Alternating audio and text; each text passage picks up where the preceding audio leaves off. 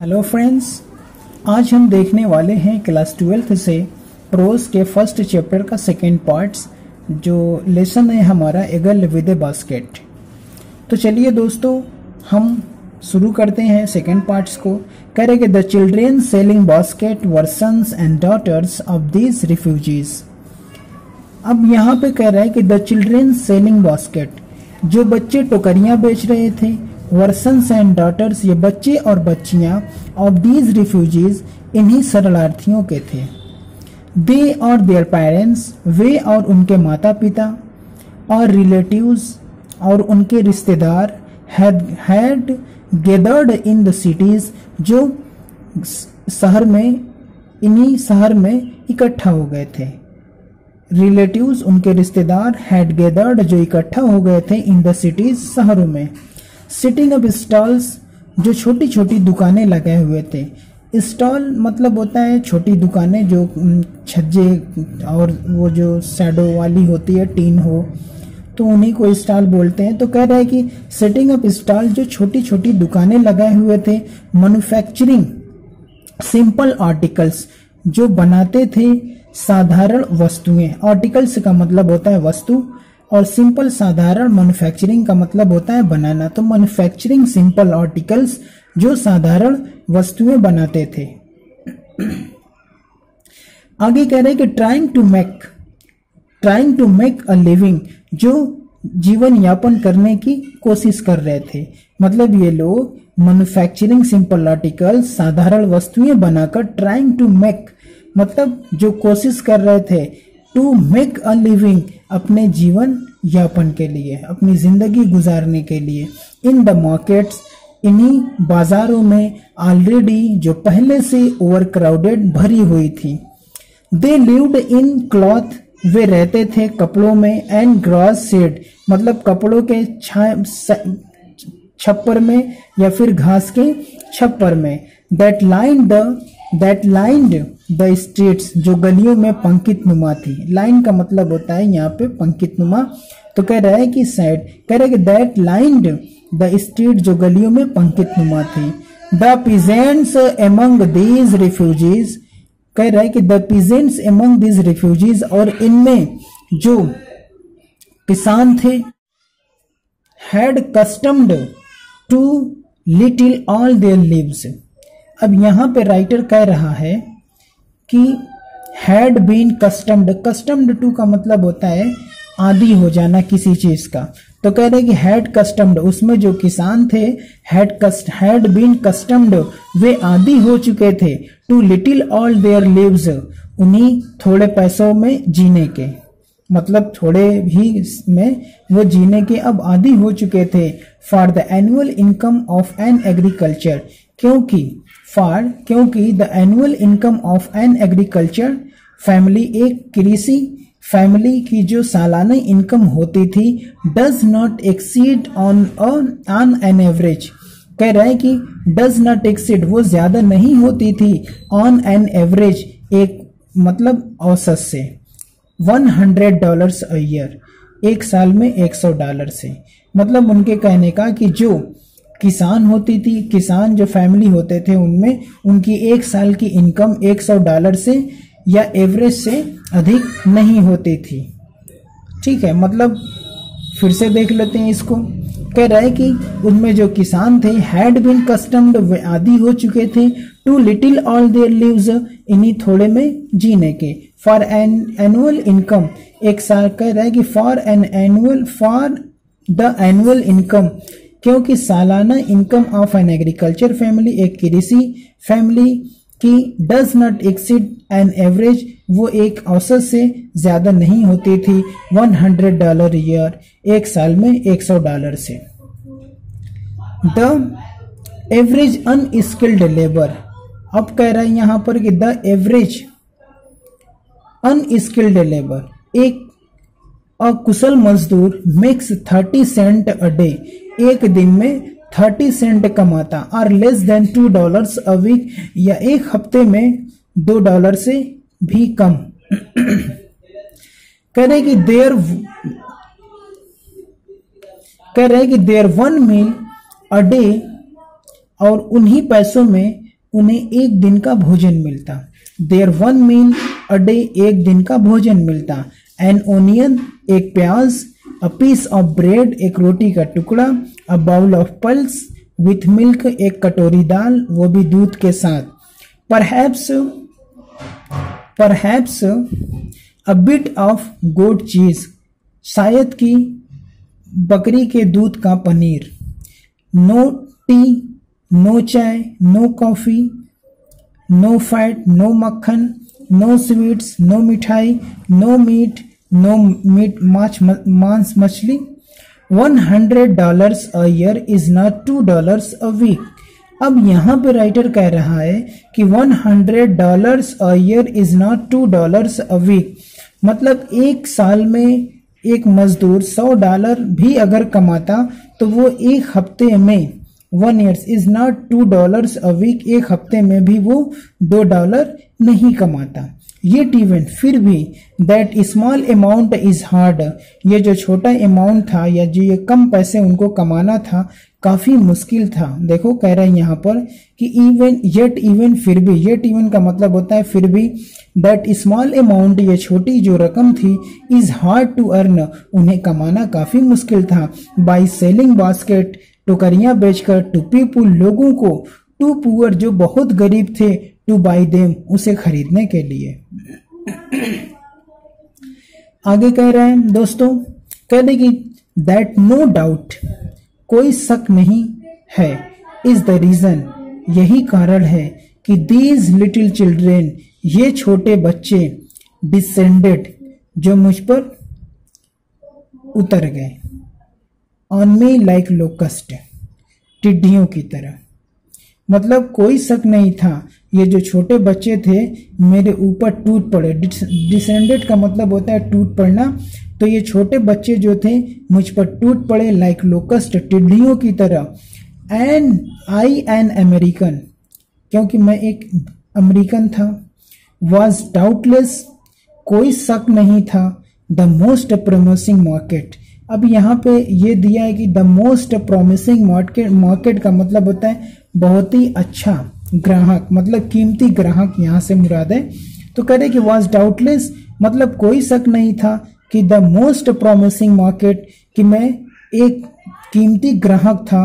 They had seen, उनकी नज़र में, मतलब कोई शक नहीं था, मैं एक अमेरिकन था और कोई शक नहीं था। वॉज डाउटलेस, कोई शक नहीं था, मैं उनकी नज़र में एक बहुत ही कीमती ग्राहक था।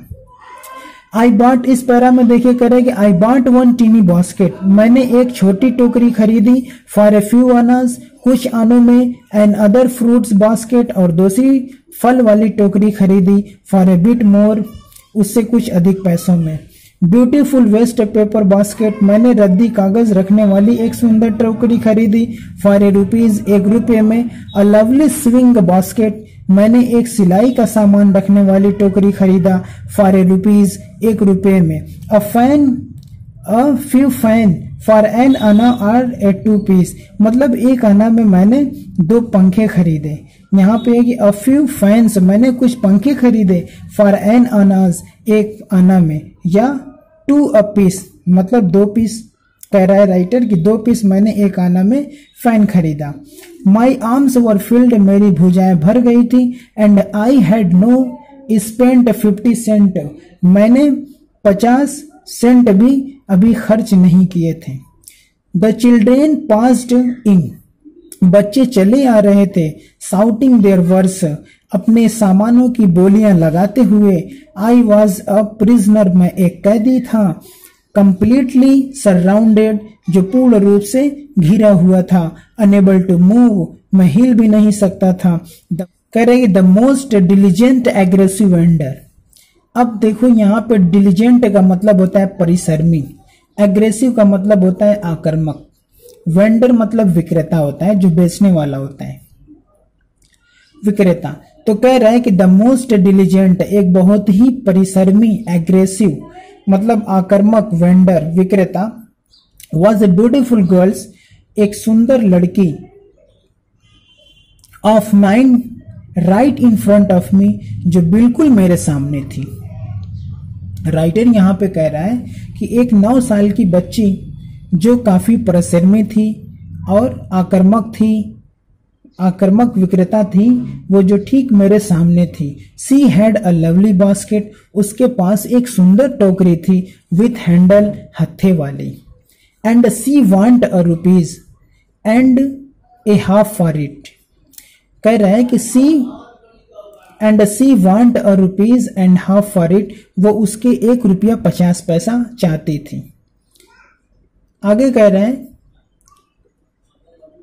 और अबाउट 30 सेंट, या लगभग 30 cent. She was an earnest pleader. अब यहां पे है she was an earnest pleader का मतलब होता है गंभीर याचिका। तो कह रहे कि सी वॉज एन अर्नेस्ट प्लीडर, वह एक गंभीर याचिका थी।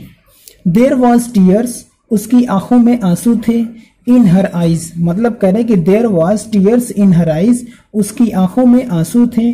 सी प्लीडेड, वह गिड़गिड़ाई। प्लीडेड का मतलब होता है गिड़गिड़ाना। बिग इन टोन्स, तो कह रहा है राइटर यहाँ पे कि सी प्लीडेड, वो गिड़गिड़ाई। कह रहे कि she pleaded and begged in tones, वो ऐसे स्वर में गिड़गिड़ाई that would ring any heart, कि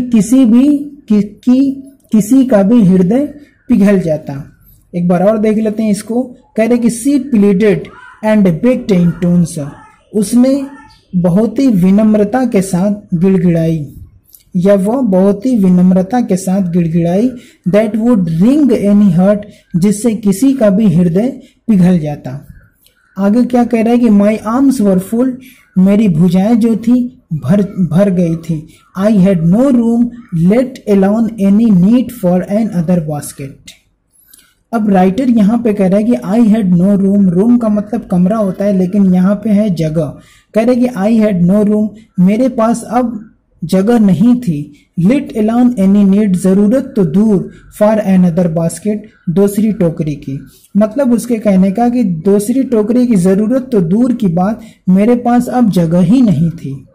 बैलेंसिंग माई बास्केट, मैंने अपनी टोकरी को बैलेंस करते हुए, and fans of my left on my left arms, और अपने पंखों को लेफ्ट आर्म में रखते हुए, I reached into my right coat pocket, मैंने अपने हाथ को राइट कोट के पॉकेट में डाला। And got a handful change, मैंने मुट्ठी भर सिक्के निकाले। परहैप्स 50 सेंट, शायद कि वो 15 सेंट रहे होंगे। इन ऑल, सारे। विच आई डिपॉजिटेड, जो मैंने डाल दिए। इन द बास्केट, टोकरी में, मतलब उस बच्ची के टोकरी में उसने वो डाल दिया। The young girl held imploringly before me, मतलब कह रहा है राइटर कि which I deposited in the basket, मैंने उस टोकरी में डाल दिया। दैट, जो, द यंग गर्ल, जो वो छोटी बच्ची, हेल्ड, पकड़े हुए थी, इम्प्लाइंगली, प्रार्थना करते हुए, बिफोर मी, मेरे सामने। मतलब ये जो राइटर था, वो जो सिक्के निकाला था अपने राइट कोट की पॉकेट से, उसने वो सारे सिक्के उस लड़की के टोकरी में डाल दिए जो उसके सामने प्रार्थना पूर्वक खड़ी थी। आई ट्राई टू एक्सप्लेन, मैं उसे समझाने की कोशिश किया कि आई कुड नॉट बाई, कि मैं नहीं खरीद सकता, द बास्केट, टोकरी को। बट द एक्सटेंडेड, लेकिन उसके बदले, एक्सटेंडेड का मतलब होता है बदले, तो कह रहा है कि बट एक्सटेंडेड, लेकिन उसके बदले, द ग्रेट्युटी एज ए सब्सटेंट, उसके बदले मैं तोहफे में यह वस्तु दे रहा हूं। ग्रेट्युटी का मतलब होता है तोहफे में, सब्स्टिट्यूट का मतलब होता है वस्तु। तो कह रहा है कि बट एक्सटेंडेड, लेकिन उसके बदले, द ग्रेच्युटी, उपहार के तौर पर, एज ए सब्सटेंट, मैं ये वस्तु दे रहा हूं। मतलब उसके बदले मैं तुमको यह एक एज ए उपहार के तौर दे रहा हूं। आई रियलाइज्ड, मुझे एहसास हुआ, एट वंस, तुरंत, कि what offence I had given. Offence का मतलब होता है जुर्म। तो कह रहे कि what offence I had given, कि मैंने कौन सा जुर्म कर दिया। दिस चाइल्ड ऑफ 9, इस 9 साल की बच्ची के साथ, ड्रेस्ड इन रेज, रेज का मतलब होता है फटे पुराने कपड़े, जो फटे पुराने कपड़ों में थी। And on the edge of starvation, जो भूखों के कगार पे थी। रेज्ड हर चिन, चिन का मतलब होता है माथा, लेकिन यहाँ पे है सर, तो कह रहे हैं कि रेज्ड हर चिन, जो अपने सर को उठाई। रेज्ड इनटू द बास्केट, और अपने हाथ को टोकरी में डाला। एंड विथ ऑल प्राइड, पूरे गर्व के साथ। एंड ग्रेसियस, एक इज्जतदार। ऑफ लेडी, मतलब एक इज्जतदार औरत की तरफ पूरे गर्व के साथ। Handed the money back to me, उसने मेरे पैसे वापस कर दिए। There was only one things, अब मेरे पास एक ही तरीका था, एक ही रास्ता बचा था। कह रहे कि there was only one things, अब मेरे पास एक ही रास्ता था। आई कुड डू, जो मैं कर सकता था। आई बॉट द बास्केट, मैंने टोकरी खरीद ली। सी वाइप्ड हर आइज, उसने अपनी आंखों को पोंछा। स्माइल्ड, और मुस्कुराई। And dash down, dash down का मतलब होता है भाग जाना दौड़कर, तो कह रहा है कि डैश डाउन, और भाग गई द प्लेटफॉर्म, प्लेटफॉर्म की तरफ। He did for soon grass हट, वो जल्द ही एक सम ग्रास हट, वो जल्द ही किसी घास के छज्जर में चली गई। That would have at least 30 cent that night, शायद उस रात उसके पास वो 30 सेंट रहे होंगे। देखिए, I told this story to prime minister Pandit Jawaharlal Nehru, मैंने इस कहानी को पंडित जवाहरलाल नेहरू से बताया। आई टोल्ड हिम, मैंने उनसे कहा कि इट वॉज द रीजन, यही एक कारण था कि I had fallen in love with India, कि मैं भारत से प्रेम करता था। The people I saw in India, मैंने भारतीय लोगों को देखा। दोज इन द विलेज, जो गांव में रहते थे। एज वेल एज, और those in the high office, जो उच्च पद पर थे या जो हाई ऑफिस में काम करते थे। हैव बोथ प्राइड, दोनों के अंदर मैंने गर्व देखा। And lovely sense, lovely sense मतलब उत्साह की भावना देखी। ऑफ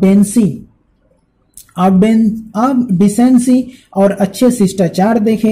एंड सिटीजनशिप, और अच्छी नागरिकता मैंने पाई। They also have a passion, और उनमें एक जज्बे भी थे। फॉर इंडिपेंडेंस, आजादी के प्रति। दिस ब्यूटीफुल चाइल्ड, और यह छोटे बच्चे। दिस ब्यूटीफुल चाइल्ड, और यह छोटी बच्ची। बोर्न इन स्क्वेलर, जो पैदा हुई थी गंदगी में, मतलब गंदगी में, गंदे माहौल में पैदा हुई थी। एंड पॉवर्टी, गरीबी में पैदा हुई थी। अनएजुकेटेड, अशिक्षित थी। इन बोथ, दोनों में। ग्रामर एंड मैनर्स, मतलब व्यवहार और व्याकरण दोनों में वो अनएजुकेटेड थी। Had given me a glimpse, जिसने मुझे एक झलक दी थी। Of the warm soul of India, एक जीते जागते भारत की। Thank you for watching this. I hope कि आपको यह वीडियो अच्छा लगा होगा, और इसे सब्सक्राइब करें, लाइक करें, शेयर करें। Thank you for watching this.